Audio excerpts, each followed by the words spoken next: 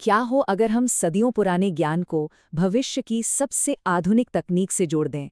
आज हम एक ऐसे ही साहसिक विजन पर बात करने वाले हैं जिसमें हमारी दुनिया को देखने का नजरिया हमेशा के लिए बदल देने की क्षमता है।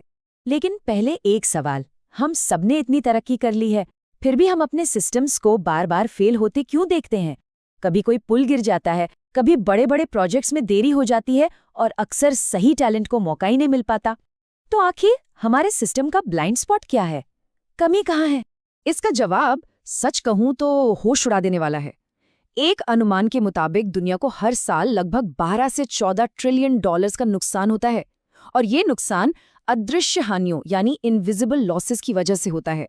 ये वो नुकसान है जो हमें सीधे तौर पर दिखाई नहीं देते, जैसे कि देरी, भ्रष्टाचार या किसी गलत काम के लिए गलत इंसान को चुन लेना। तो ये इनविजिबल लॉसेस आखिर हैं क्या? देखिए, ये कोई अकाउंटिंग की गलती नहीं है, बल्कि ये हमारी सभ्यता के लीक्स हैं। सोचिए, एक गलत फैसले से कितना नुकसान होता है, या जब कोई काबिल इंसान सिर्फ पक्षपात की वजह से पीछे रह जाता है। ये सब किसी कंपनी की बैलेंस शीट में तो नहीं दिखता, पर सच तो ये है कि यही चीजें हमारी तरक्की को धीमा कर देती हैं। तो सवाल उठता है, इस समस्या का समाधान क्या है? और यहीं पर एक बहुत ही क्रांतिकारी आइडिया सामने आता है। एक ऐसा सॉल्यूशन जो इस प्रॉब्लम की जड़ तक पहुंचने का वादा करता है, एक तकनीकी तीसरी आंख बनकर। इसका नाम है AI.थर्ड आई। अब ये कोई मामूली ऐप नहीं है, बल्कि ये योग्यता यानी मेरिट के लिए बनाया गया एक बहुत ही एडवांस्ड AI और डेटाबेस पर चलने वाला सर्च इंजन है। इसका काम सीधा सा है, सबसे काबिल लोगों को ढूंढना और उन्हें आगे बढ़ाना, फिर चाहे वो परिवार में हो, किसी कंपनी में या सरकार में। इस प्रोजेक्ट का मकसद क्या है? वो इस एक लाइन में छिपा है, वह आंख जो कभी नहीं झपकती। मतलब एक ऐसा सिस्टम बनाना जो बिना किसी भेदभाव के लगातार सच को हमारे सामने लाता रहे। लेकिन एक मिनट, क्या ये एक तरह का सर्वेलांस या निगरानी नहीं है? इसके बनाने वाले कहते हैं, बिल्कुल नहीं। ये सिस्टम किसी पर नजर रखने या सजा देने के लिए नहीं है, बल्कि ये एक आईना है, एक मिरर है, जो हमें और हमारे सिस्टम को हमारी कमियां और ताकतें दिखाता है, ताकि हम सब मिलकर सुधार कर सकें। ठीक है, आइडिया तो जबरदस्त है, पर इसे लागू कैसे किया जाएगा? ये सिर्फ एक ख्याल नहीं है, इसे जमीन पर उतारने का एक पूरा ब्लूप्रिंट तैयार है, जो एक अकेले इंसान से शुरू होकर पूरे देश तक जाता है। और इसकी सबसे दिलचस्प बात यह है कि इसे किसी पर थोपा नहीं जाएगा। ये पूरी तरह से वॉलंटरी होगा, लोगों की सहमति से।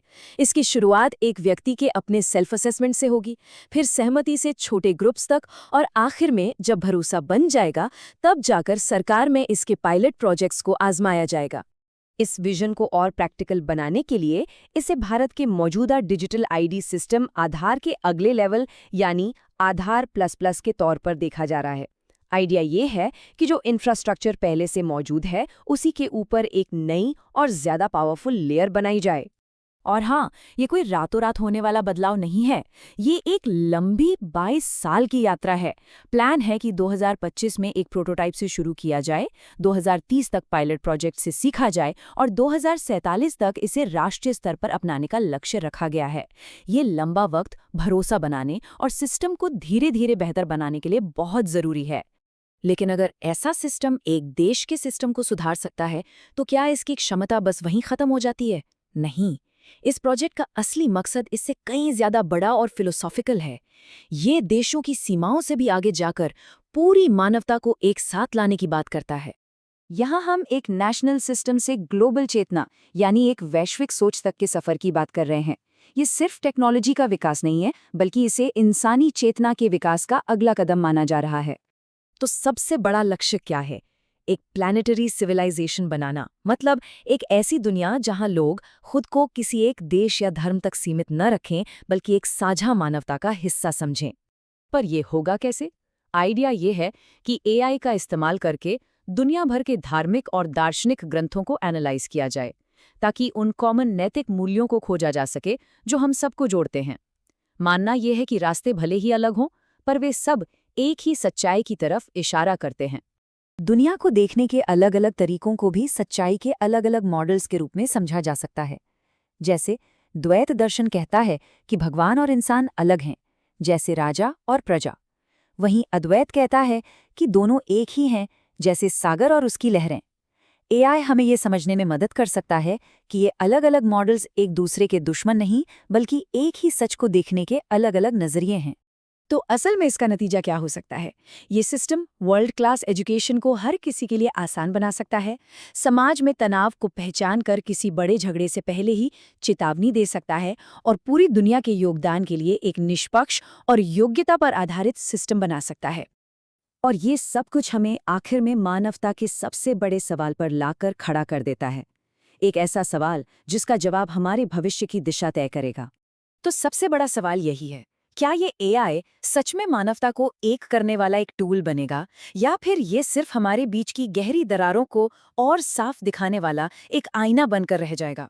और इसका जवाब टेक्नोलॉजी में नहीं, बल्कि हम सब में ही छिपा। Welcome directly to you, the endlessly curious learner.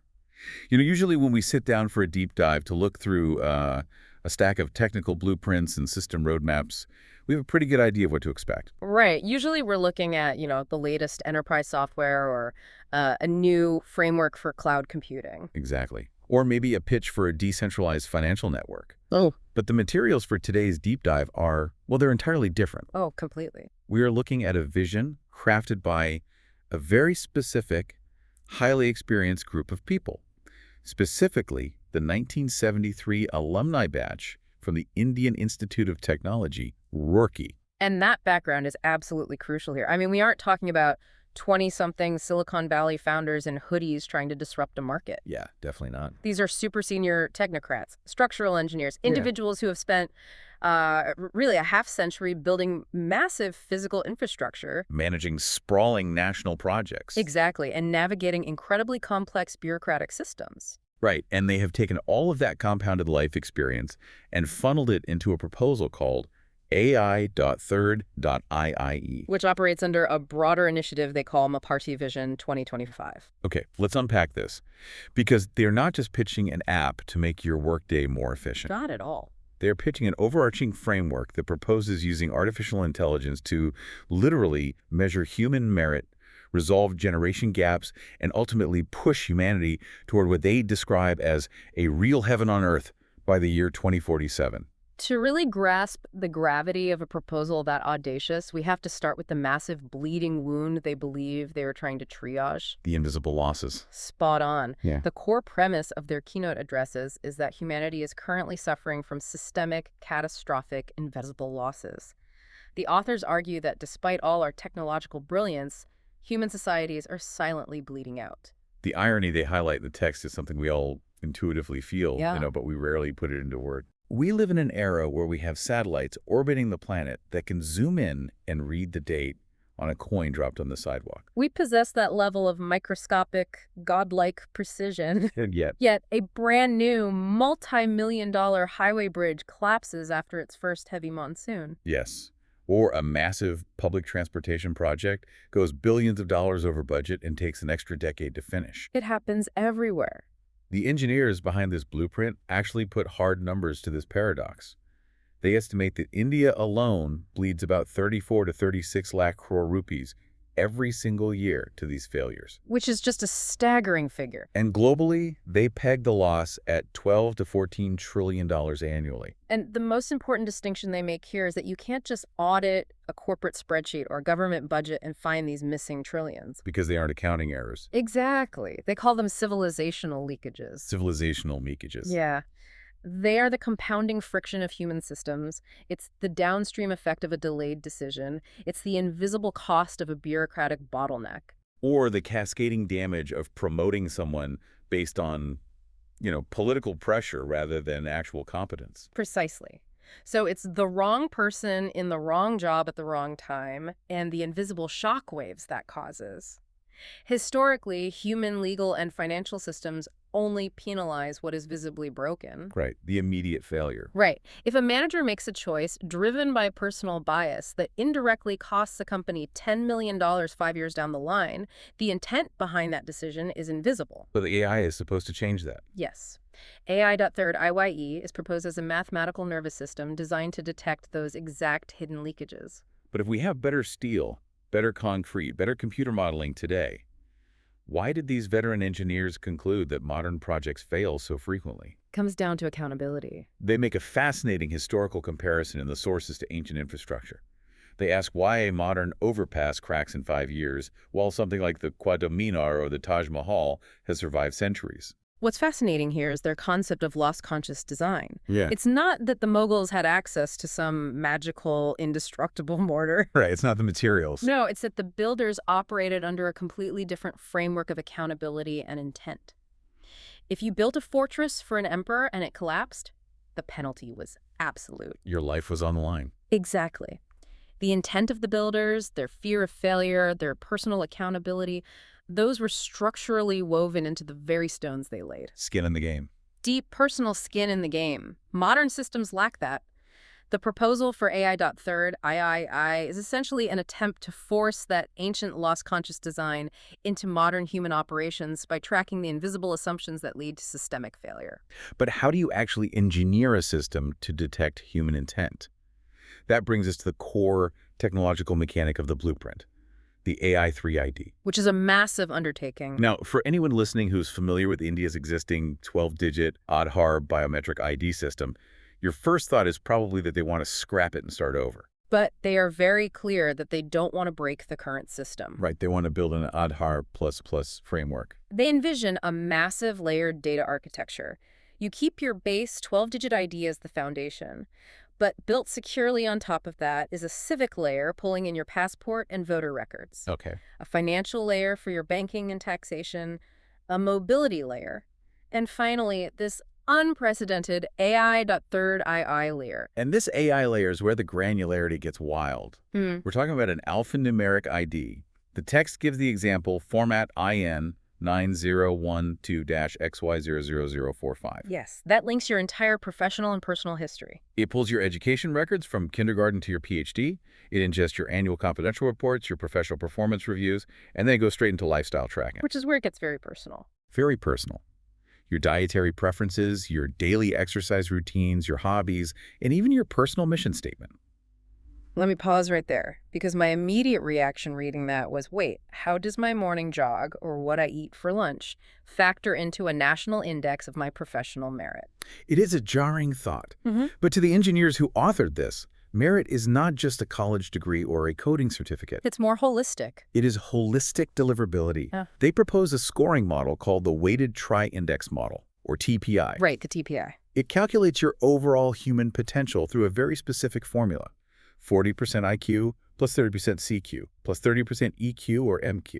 So they're essentially arguing that raw cognitive intelligence, the IQ, is only 40% of the battle. Exactly. You can have a genius-level structural engineer with a soaring IQ, but if their CQ, which the blueprint defines as the common sense quotient, And sets, right? if that's 0, they might design a beautiful bridge that cannot actually be built with local materials. The CQ measures real-world logic and how you adapt to sudden shifts in context. And the remaining 30% is the EQ, the emotional quotient, or the MQ, the merit quotient. This tracks your ethical consistency, your empathy, your long-term integrity. They are trying to algorithmically quantify whether you have the moral fiber to execute on your raw intelligence without succumbing to corruption. Here's where it gets really interesting, and frankly, where the blueprint takes a massive, unexpected leap from standard data analytics into something out of a science fiction novel. Oh, absolutely. Alongside tracking your professional reviews and your diet, they plan to plug in something they call aura measurement. Yes, this is where the rigorous engineering mindset collides head-on with ancient Vedic traditions. The documents propose that human integrity, physical health, and moral values aren't just abstract philosophical concepts. They argue these are bioenergetic realities that can be physically measured. They actually want to map the strength and weakness of the human aura and the 7 chakras. I had to read this section 3 times. The sources include highly specific diagrams. Yes. They talk about measuring a 50 hertz electromagnetic field generated by the human body. Yes. They detail something called the electroviolet cord connecting to the crown chakra, suggesting that advanced medical tools could scan this to verify a person's physical and moral integrity. It's an incredibly audacious synthesis. How do structural engineers make the leap to measuring chakras? They are putting forward the hypothesis that a person who is constantly engaging in high-stress, unethical, or corrupt behavior will literally exhibit a different electromagnetic frequency and aura degradation than someone operating with a clear conscience. So the AI would cross-reference your bioenergetic scan with your tax records and your professional reviews. Exactly, to get a true, unfakeable read on your merit quotient. If my potential employer or the government is scanning my crown chakra and analyzing my diet to calculate my merit score, the very first alarm bell going off in my head is about privacy. Naturally. Who owns this massive ocean of data? If I have a bad week and eat junk food, does my national merit score drop? The authors absolutely see that fear coming. In fact, they dedicate a significant portion of the keynote to addressing it. They draw a historical parallel that I find quite thought-provoking. What about electricity? Right. Yes. They point out that when electricity was first introduced into homes, people were terrified it would cause spontaneous fires. When computers arrived in the workplace, the overarching terror was mass unemployment. And today, the fear of AI is that it will be used as a tool for absolute surveillance. Exposing our weaknesses and punishing us. But the blueprint stresses a core philosophy. AI.third, IY, is a mirror, not a weapon. Meaning the entire system is opt-in. Entirely opt-in. The stated goal is not to build a centralized authoritarian surveillance state that punishes you for a minor mistake. It's designed as a self-assessment tool meant to amplify your own human conscience. So it shows you your own inefficiencies. And it shows organizations where their leakages are without weaponizing that data against the individual citizen. What's wild about their rollout plan isn't just the final 10,000 crore budget. It's the psychology of the scaling. They realize you can't just flip a switch and turn this on for 1 billion people overnight. No, it would be chaos. So they outline a meticulous 22-year roadmap spanning from 2025 to 2047. And the way they stage it is fascinating. It is a masterclass in building public trust slowly.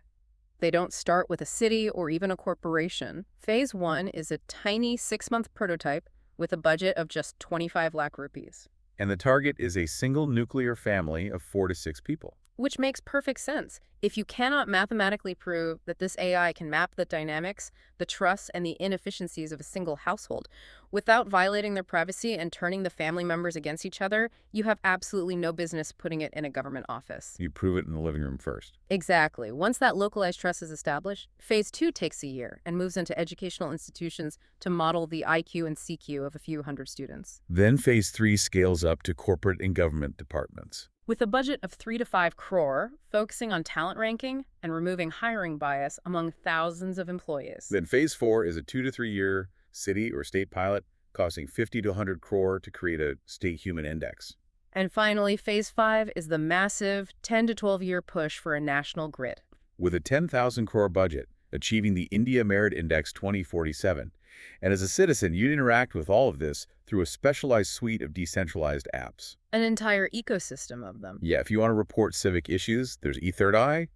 If you are a manager making a hire, there's EHR, which pulls those merit scores so you don't just reflexively hire your nephew. There's eJudge, acting as a judicial watchdog. Right, and eLokpal, acting as an anti-corruption watchdog. There's eProject, eBest.A to Z. Yeah. It's designed to bypass the human gatekeepers who usually introduce bias and delays. But it's crucial to understand that the apps, the biometric scanning, the layered IDs, those are really just the plumbing of the system. The mechanics. Yes. The most compelling part of this entire blueprint is how it attempts to solve deeply sociological problems. And the one they focus on with incredible empathy is the generation gap. They paint such an accurate, slightly painful picture of the friction we see in almost every family and workplace today. You have the youth, roughly 30 to 50 years old, living entirely in a screen world. Where everything is about speed, crushing the competition, and technological scale. Exactly. Then you have the seniors, the 60 to 80-year-olds who live in a people world. They value emotional intelligence, stability, and family cohesion. And the tragedy they identify is that both sides feel alienated. The younger generation thinks the older generation is completely obsolete in the fast-paced digital age. While the older generation feels discarded. Right. The text poignantly translates their feeling as being like fused bulbs, thrown away despite decades of hard-earned wisdom. The authors state that both generations are light in their own context, but completely wrong in their isolation. They use an analogy that really stuck with me. They compare society to a car. The youth are the engine. They provide all the horsepower, the innovation, the forward momentum. But the seniors are the compass. They provide the direction. If you have an incredibly powerful engine but no compass, you just crash faster. The authors actually put a numerical value on this dynamic. They argue that the youth, left to their own devices, are generally 40% right and 60% wrong in their macro decisions. Meanwhile, the seniors, drawing on their life experience, are 60% right and 40% wrong. If we connect this to the bigger picture, the blueprint views this disconnect as a massive civilizational loss. These engineers realize that India is sitting on an invisible, totally underutilized gold mine. The super senior Ayushans and technocrats aged 60 and above. Yes. They estimate the untapped intellectual value of these seniors at over 1.5 lakh crore rupees per year. 1.5 lakh crore per year. To capture that wasted potential, AI bought third IYI proposes forming a global wisdom council. It envisions these seniors who have seen every project failure, every economic boom and bust, every political cycle, acting as the ethical validators for the AI. So the tech-savvy youth build and maintain the massive data processing engines, but the seniors provide the research mentorship and the moral guardrails. It is about turning biological experience into systemic, algorithmic intelligence. Which brings us to the ultimate staggering ambition of this entire project. As we look toward the keynote addresses in the 2050 timeline, the blueprint stops talking about national infrastructure and starts talking about a planetary civilization. Yes, the vision asks a fundamental, almost existential question. Can human civilization actually unify, or are we permanently fractured by different cultural and religious operating systems? And their answer is to use the AI as a great impartial synthesizer. They propose feeding the world's most profound spiritual texts into this AI system. The Vedas, the Quran, the Bible, the Tripitaka, the Guru Granth Sahib. But the friction point here is massive. How does an algorithm mathematically prove something as subjective as the Golden Rule, or something as abstract as karma? The authors rely on deep philosophical frameworks to bridge that gap. They bring up ancient Indian philosophies. They discuss Dvaita, the dual system model, where the creator and the created are separate entities. They explore Advaita, the unified reality model where all is one and separation is just an illusion. And Vishishtadvaita, an integrated system model where the universe is a unified whole but composed of distinct functioning parts. So they're arguing that all these different religious texts, beneath the cultural translations, are ultimately trying to describe the exact same underlying cosmic laws. Cause and effect. The conservation of energy applied to human actions. Exactly. If you have an artificial intelligence powerful enough to analyze thousands of years of human history, literature, and social outcomes without human tribal bias, they believe it will mathematically prove that operating with compassion and integrity isn't just a nice moral idea. It is the mathematically optimal way to ensure a civilization survives. The system is designed to move humanity away from arguing over religious division and focus us on aligning with the universal system that governs reality. So what does this all mean when you put it together? The 2047 vision laid out here isn't a dystopia of perfectly tracked workers. The sources argue it's a world where the AI acts as an early warning system for human conflict. It detects when a region is suffering economic or ideological friction long before it turns into violence. It democratizes the greatest wisdom on earth, pairing every child with an AI tutor that adapts to their specific cognitive style. It aims to eliminate the invisible leakages of bias and corruption, allowing true merit to finally rise to the top. From quantifying trillions of dollars in invisible losses, to expanding Aadhaar into a multidimensional AI 3ID, to mapping human auras and creating a global wisdom council of senior citizens, AI die third, II is a bold, utopian vision of a true meritocracy. This raises an important question for you listening right now. Regardless of whether you think aura scanning technology is viable or whether an AI can truly synthesize global religion, the core problems identified by these veteran engineers are undeniably real. Absolutely real. Reflect on the invisible losses in your own daily systems. Where are the civilizational leakages in your own workplace or your family dynamics? How often are you operating as a high-speed engine with absolutely no compass? That is a profound thing to consider. And I want to leave you with one final lingering idea to mull over long after this deep dive ends. Yeah. Let's imagine this group of brilliant engineers actually succeeds. Okay. Let's say we build an AI that can definitively, perfectly, and without any bias, map your cognitive intelligence, your emotional stability, and your moral integrity. It knows exactly what you are capable of, and it places you in your mathematically perfect, ideal role in society. A perfect meritocracy. Would you truly want that? Or is the beautiful, chaotic, unpredictable mystery of human potential lost the very moment we turn our souls into a mathematically perfect equation? That's a huge question. We will leave you to ponder that. Yeah. Thank you so much for joining us on this deep dive. Keep questioning, keep learning, and we will catch you next time.